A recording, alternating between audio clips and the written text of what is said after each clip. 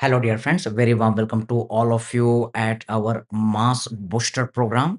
So, right now we are starting the our new batch with this orientation program. So, this orientation program will orient to all of you how to deal with the MCQs in the main exam. So, this is a shortcut of the sure success with the micro analysis of the PYQs and the PYTs. जिसमें हम बच्चों को एक perfect schedule देते हैं। मैं बच्चों से इंडिविजुअली कनेक्ट रहता हूँ। हम यहाँ पर कॉन्सेप्ट बनाते हैं, ट्रिक्स बनाते हैं, निमोनिक्स बनाते हैं, डेली एमसीक्यू प्रैक्टिस करते हैं और अगर आप इन स्टेप्स को फॉलो करेंगे तो डेफिनिटली आपकी सिलेक्शन की गारंटी है। तो अगर मान लो हम एग्ज़ाम में बैठते हैं, तो सबसे पहले हम ये देखते हैं कि अभी जो पैटर्न चल रहा है, उसमें क्या चीज़ें किस तरीके से रन कर रही हैं। सो ट्राई टू अंडरस्टैंड बेटा। Again I am going to recall that facts with the scratch point. Okay, any exam is having the three types of the question. Yes, easy, difficult, and one more is you can say the bouncer. Yes, you can say ectopic, out of syllabus. तो आप देखेंगे कि easy question जो रहते हैं लगभग 60% होते हैं। फाइन। डिफिकल्ट लगभग 20% होते हैं और बाउंसर्स जो होते हैं वो लगभग 20% होते हैं। Remember, these easy question will not be direct ना, ये थोड़ा सा ये इनडायरेक्ट या ट्विस्ट करके वो पूछेंगे। Fine. So try to catch this one. जो बाउंसर टॉपिक होते हैं इसको नेग्लेक्ट करना है। समझने की कोशिश करो। 2 दोस्त मिले और उन्होंने कहा कि यार क्या पर्सनैलिटी है, क्या हेयर स्टाइल है, क्या आँखें हैं, क्या बोलता है, क्या चलता है, एवरीथिंग इज़ गुड। लेकिन जाते-जाते उसने कह दिया कि यार भगवान ने तेरी नाक तिरछी बनाई है। Now this is the human habit. हम घर जाते हैं, आईने के सामने खड़े होते हैं और हम अपनी नाक को देखते रहते हैं, हम अपनी नाक को देखते रहते हैं और भगवान को कोसते हैं कि भगवान तूने मेरी नाक तिरछी क्यों बनाई? लेकिन बच्चों ये सोचने की कोशिश करो बाकी 9 चीज़ें तो हमारे अंदर पॉज़िटिव है, 9 चीज़ें तो अच्छी हैं, ओके? लेकिन हम उन पर ध्यान नहीं देते। Yes, we all have are having the one normal tendency to tilt towards the negative things. हम नेगेटिव चीज़ों की तरफ आसानी से आकर्षित हो जाते हैं। पॉज़िटिव चीज़ें रहती हैं वो हमें नहीं दिखाई देती। ये मेरी भी आदत है, ये आपकी भी आदत है, ये हम सभी की भी आदत है। तो ये तिरछी नाक यही है, ये 20% बाउंसर टॉपिक्स जो हैं, वो तिरछी नाक हैं। हमको इसको नहीं सोचना है। भई ये तो परीक्षा है, पर इच्छा है, दूसरे की इच्छा, हमारी इच्छा नहीं है। तो आपको बाउंसर टॉपिक तो मिलेंगे ही मिलेंगे, लेकिन एग्ज़ाम के बाद यस, सारे students even we teachers we are talking about the bouncer topic, okay? और हम सोचते रहते हैं, अरे यार पेपर डिफिकल्ट आ गया। लेकिन इन पर भी तो ध्यान दें। यस, अगर मान लो हम PYQs and PYTs yes minimum 5 year और मैक्सिमम अगर आप कवर कर सके 10 साल के तो और अच्छा है। लेकिन कम से कम 5 साल के तो वो ज़रूर आपको कवर करने हैं। Okay, fine. तो ये जो 60% है इसमें अगर आप मान आपसे एग्ज़ाम में मिस्टेक होता है, यस एग्ज़ाम में सिम्पैथेटिक स्टिमुलेशन होता है, हमसे मिस्टेक होते हैं। मिस्टेक होता है तो भी आप इसमें 50% क्रैक कर सकते हो। और अगर मान लो आप कूल, काम, रिलैक्स है। यस, अगर मान लो आप पैनिक नहीं होते, फाइन। तो उस सिचुएशन में ये 20% यहाँ से भी आप 10% खींच सकते हैं। मतलब गिरे से गिरे हालत में ये आसानी से आप 60% स्कोर कर सकते हैं। 60% is a very, very good score. Okay? तो अब मैं आपको एमसीक्यू आर्ट बताने जा रहा हूँ, एमसीक्यू आर्ट बताने जा रहा हूँ, फाइन? जिससे हम यहाँ पर 60% तो गेन करें ही करें, ओके? अगर हम कोई टॉपिक को नहीं भी जानते तब भी और इवन ये जो बाउंसर टॉपिक है 20% थोड़ा-सा दिमाग लगाए तो यहाँ से भी हम 5% मार्क्स यहाँ से भी खींच सकते हैं, ओके? तो इस तरीके से ये बहुत आसान है किसी भी एग्ज़ाम में 60% गेन करना, ओके? तो मैं आपको एमसीक्यू आर्ट बताने जा रहा हूँ। लेकिन एमसीक्यू आर्ट बताने से पहले मैं आपको 3 इम्पोर्टेंट चीज़ें बातें बताने जा रहा हूँ। पहला इंपॉर्टेंट स्टेटमेंट हमारे ब्रूस ली के द्वारा दिया गया था। ब्रूस ली जो कि मास्टर ऑफ परफेक्शनिस्ट थे, जो कराटे जब चलाते थे, हाथ-पैर जब चलाते थे, तो कैमरे की स्पीड को डाउन करना पड़ता ताकि उनके मूविंग हैंड, उनके जो आर्ट्स है वो प्रॉपर दिख सकें, ओके? तो ऐसे मिस्टर परफेक्शनिस्ट ने कहा, क्या? I don't fear from the person who practice the 10,000 types of the kick, but I fear from that person who practice the one cow kick for the 10,000 time. Means yes, we have to practice for the multiple times, 10,000 kick 10,000 times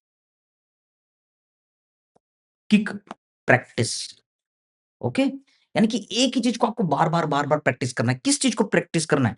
definitely ये PYQ, पीवाईटी, okay? ये हमारा shortcut of sure selection है। आप कोई भी exam ले लीजिए, आप देखेंगे कि PYQ plus PYTs, remember with explanation, ऐसा नहीं कि सिर्फ क्वेश्चन आंसर कर दिया, ऐसा बिल्कुल नहीं ना। आपको उसका प्रॉपर एक्सप्लेनेशन देखना है। ये आपको बार-बार, बार-बार means revision is more important then study. इस कॉन्सेप्ट को आपको याद रखना है। आपको एक ही चीज़ को, आप जो भी सोर्स को कर रहे हो उस पर आपको ट्रस्ट रखना है और उसको मल्टीपल टाइम्स बार-बार, बार-बार, बार-बार रिवाइज़ करना है। दूसरी चीज़ जो मैं आपको कहना चाहूँगा, हमेशा मैंने कहा है, शकुनी मामा का डायलॉग, मेरे बच्चे मैंने कहा था, रणभूमि में युद्ध हो इससे पहले मनोभूमि में खेला जाता है। इसका क्या मतलब है? रणभूमि एग्ज़ाम का दिन और मनोभूमि मतलब आपका ब्रेन। तो आपको अपना माइंडसेट पहले से प्रिपेयर करना है और इसमें कौन मदद करेगा? माइंडसेट को प्रिपेयर करने में हमारे जीटीज़ प्रिपेयर करेंगे, हेल्प करेंगे। तो जितना ज़्यादा आप जीटी दोगे, आपका माइंडसेट मेन एग्ज़ाम हॉल के लिए उतना प्रिपेयर होते चले जाएगा। ओके? फाइन। और अब हम इस स्टेज में आ गए कि हफ्ते में कम से कम 2 जीटी दें। हफ्ते में कम से कम 2 जीटी दें। हमने आईएनआईसीटी का पूरा कंप्लीट कर लिया है। नीट पीजी का भी पिछला सेशन कंप्लीट हो चुका, तो माइक्रो एनालिसिस में आपको अवेलेबल करवा दूँगा। ओके? फाइन। तो अब हमको अगले नीट पीजी और एफएमजी एग्ज़ाम के लिए क्रैक करना है, तो ज़्यादा से ज़्यादा जीटी हमको देना है। फाइन। और तीसरी चीज़, everyone has a plan but they change after the first punch on the mouth. Okay? तो आपको अपना गेम प्लान बनाना है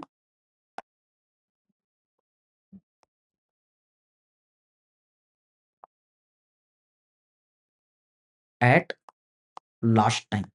हर कोई एक गेम प्लान बना के चलता है ना, आप भी बनाओगे, हम भी बनाएँगे, हर कोई बनाएगा। लेकिन जब आखिरी टाइम आता है, लास्ट मंथ आता है एग्ज़ाम का, लास्ट फ्यू डेज़ बचे रहते हैं या एग्ज़ाम हॉल में हम एंटर करते हैं, तो हमारे क्वेश्चन्स को देख करके, सिचुएशन को देख करके हम चेंजेस ले आते हैं। ये नहीं करना है।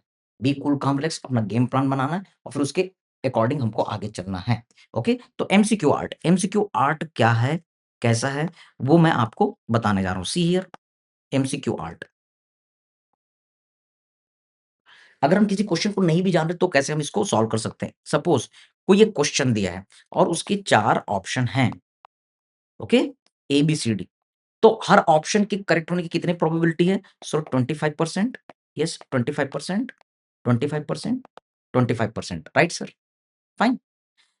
ये 4 ऑप्शन में एक ऑप्शन चिल्ला-चिल्ला के, चीख-चीख करके कहता है, मैं आंसर नहीं हूँ, मुझे मार्क मत कर। सपोज़ डी को आपने हटा दिया। तो अब कितने-कितने परसेंट हो गए बेटा? यस 33%, 33%, 33%। एक और ऑप्शन होगा जो दबी-दबी आवाज़ में कहेगा, भाई मैं आंसर नहीं हूँ, मुझे मार्क मत कर। आपको ठंडे दिमाग से उसको भी रूल आउट करना है। अब कितने ऑप्शन बच गए? यस 2 ऑप्शन, यानी कि प्रोबेबिलिटी कितनी हो गई? 50%, 50%। अगर आप रिसेंट क्वेश्चन पैटर्न को देखेंगे तो आप पाएँगे कि आजकल yes 2 option easily rule out हो जाते हैं। प्रॉब्लम बेटा 2 ऑप्शन में होती है ना, प्रॉब्लम 2 ऑप्शन में होती है। तो ठंडे दिमाग से आपने जितना पढ़ा है, ओके, बी कूल कॉम्प्लेक्स, जितना पढ़ना था पढ़ लिया। ठंडे दिमाग से आपको काम लेना है। कम पढ़ा है, ओके, कोई दिक्कत नहीं। उस कम पढ़े हुए नॉलेज को प्रॉपर अप्लाई करो। एक आंसर को मार्क करो, दूसरे को हटाओ, रूल आउट करो, एक को रूल आउट करो, दूसरे को मार्क करो और आगे बढ़ो। क्योंकि आपके पास ज़्यादा टाइम नहीं है। आपको हिट एंड रन की थ्योरी अपनानी पड़ेगी। ओके? फाइन। तो इस तरीके से अगर आप करते हो, फाइन, और बार-बार जीटी देते हो, रिवीज़न करते हो, गलतियाँ करो और गलतियों को सुधारो, तो बेटा आराम से आप 50% स्कोर करने के लायक हो जाते हो। फाइन। तो ये हमारा एमसीक्यू आर्ट है। Getting the point? और डेफिनिटली याद रखो कि किसी का भी जब सिलेक्शन होता है तो हार्ड वर्क जो होता है वो 90% रोल प्ले करता है। आप ब्रिलियंसी को काट सकते हो। अगर आप हार्ड वर्किंग नेचर के हो तो आप ब्रिलियंट आदमी को पीछे कर सकते हो। फाइन। अगर वो 2 घंटे पढ़ता है तो आप 4 घंटे पढ़ो, 8 घंटे पढ़ो, लेकिन आप उसको काट सकते हो। और 10% जो रोल होता है वो हमारी यस किस्मत का, भगवान का, उस तीसरी शक्ति का योगदान होता है। फाइन? लेकिन ये किस्मत भी साथ उसी को देती है जो हार्ड वर्क करते हैं। Fine? So these are the things, this is the our orientation. तो अब हमारा प्रोग्राम कैसा है? अभी हम अपने इस सेशन को चालू कर रहे हैं। This is the special mentorship programme by myself doctor Shrikant Varma. इसमें एक-एक बच्चे को मैं गाइड करूँगा। इसमें हम month wise, date wise particular subject को कंप्लीट करेंगे। फिर आपने उसे कितना पढ़ा, उसको इस कॉलम में फिल करते चले जाना है। आपको सब्जेक्ट वाइज़ टेस्ट देना है, आपको जीटी देना है। इसके अलावा डेली टेस्ट, रेगुलर टेस्ट आपको देना है और साथ में जैसे-जैसे सब्जेक्ट होते जाएँगे तो एक्युमुलेटिव टेस्ट हमको देना है। यस, आज 10th नवंबर है, तो हम 10th नवंबर, 11th नवंबर को रेडियोलॉजी कंप्लीट करेंगे। आप कितना पढ़ पाए, आपने कितना कवर किया उसको यहाँ पर फिल करेंगे। सपोज़ आपने 70% पढ़ा, 30% बच गए। कोई प्रॉब्लम नहीं बेटा, ओके, कोई प्रॉब्लम नहीं। जब अगला रिवीजन साइकिल चलेगा तो वो जो 30% है वो आपको गेन करना है, वो आपको पहले कॉन्संट्रेट करना है। फिर सब्जेक्ट वाइज़ टेस्ट को आप लिखोगे, यस ये जीटी धीरे-धीरे एक्युमुलेटिव टेस्ट क्योंकि हमने पूरा सिलेबस एक बार कंप्लीट कर लिया तो जीटी रेगुलरली हमको देते चले जाना है, जीटी वाले नंबर यहाँ पर आएँगे। फिर हम 12th एंड 13th को ऑर्थोपेडिक्स करेंगे, 14-15 को साइकियाट्री और फिर 16-17 को एनेस्थेसिया, 18 और 19 को हम स्किन करेंगे। तो यहाँ पर हमारे ये शॉर्ट सब्जेक्ट कंप्लीट होते हैं। फिर हमारा मेजर सब्जेक्ट आता है मेडिसिन। तो 20, 21, 22, 23 हमने एक बार आईएनआईसीटी का मेडिसिन देख लिया है। अब यहाँ पर हम एफएमजी का मेडिसिन देखेंगे। सर्जरी, यस मैं एनाटॉमी जब कंप्लीट करूँगा तो उसमें कई सारी सर्जरी की चीज़ें बताऊँगा तो यहाँ पर हमने सर्जरी को 3 दिन दिया हुआ है। ऑब्स गायनी को हम 4 दिन देंगे और फिर 1 दिसंबर से फिर हमारा एक और मेजर सब्जेक्ट पीएसएम चालू होगा। ओके? फिर इसके बाद हम पीडियाट्रिक्स 5th और 6th दिसंबर को करेंगे। ईएनटी 7th और 8th तारीख को, फिर आई 9th और 10th तारीख को करेंगे।